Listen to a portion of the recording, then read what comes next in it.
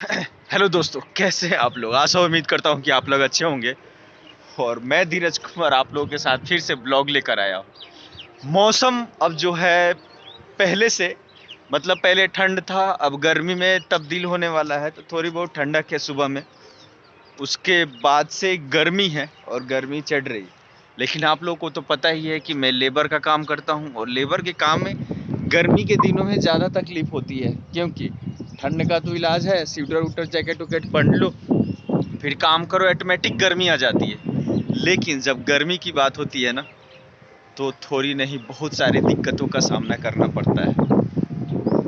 और हम मजदूर और गरीब को पता नहीं, कुछ बातें यार समझ में नहीं आती है कि कौन अपना है कौन पराया। समझ में नहीं आता है क्या करूं नहीं करूं।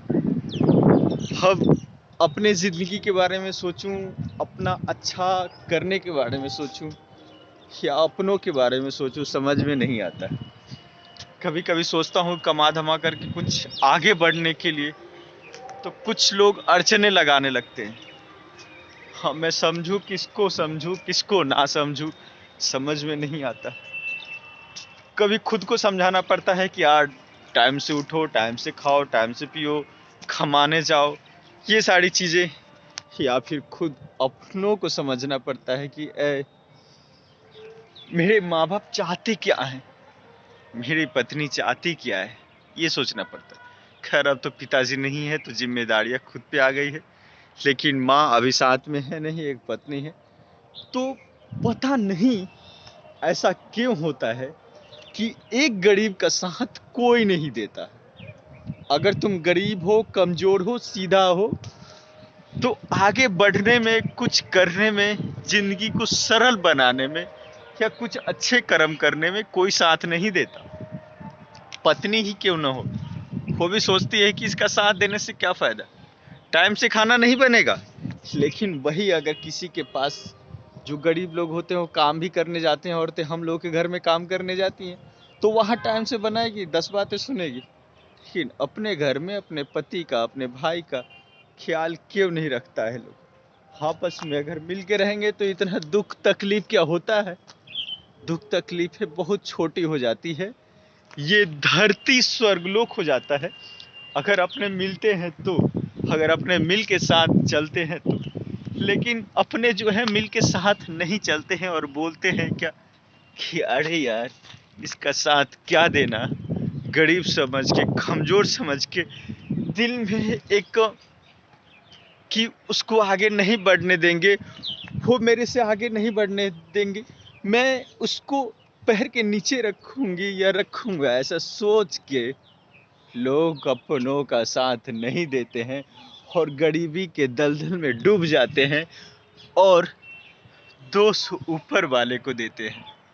यही है आज की मेरी कहानी और हमेशा बनती रही है कि दुख में हम सबको साथ देते हैं, लेकिन जब सुख आता है तो हम कहते हैं कि थोड़ी साथ हमारे भी चल लो, हम थोड़ी मदद कर दो। जैसे कि मैं काम करने गया और मेरे जो जूते हैं वो मिट्टी में पूरे लग गए या भीज गए। अगर शाम को मैं किसी को बोलता हूँ जो मेरे से छोटा है या जिसको मैं कमा के खिलाता हूँ, बोलता हूँ कि जूता पोंछ दो ताकि कल फिर से पहन के, तो बोलता हूँ जूता पोंछिए, जूता पोंछिए। क्या हो जाएगा यार, चलो टाइम से खाना नहीं, कहा अभी नींद आ रहा है अभी सोएंगे। अरे यार तुम्हारे लिए तो हम भी मेहनत करते हैं। ईंट गिर गया था मेरे पीठ पे, दर्द आज भी है, पैसे की वजह से इलाज नहीं करा पाया। लोग नहीं समझते हैं यार, लोग नहीं समझते हैं।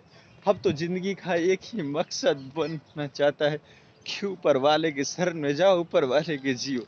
क्योंकि यहाँ पे लोगों को शरण में जाओगे, लोगों के लिए जियोगे ना, तो लोग अपना नहीं होता है जिसको तुम अपना मानो, जिसे तुम प्यार करो, जिसके लिए तुम दुनिया से लड़ जाने की कोशिश करो करते हो, वो एक पल में तुम्हें ठुकरा देता है।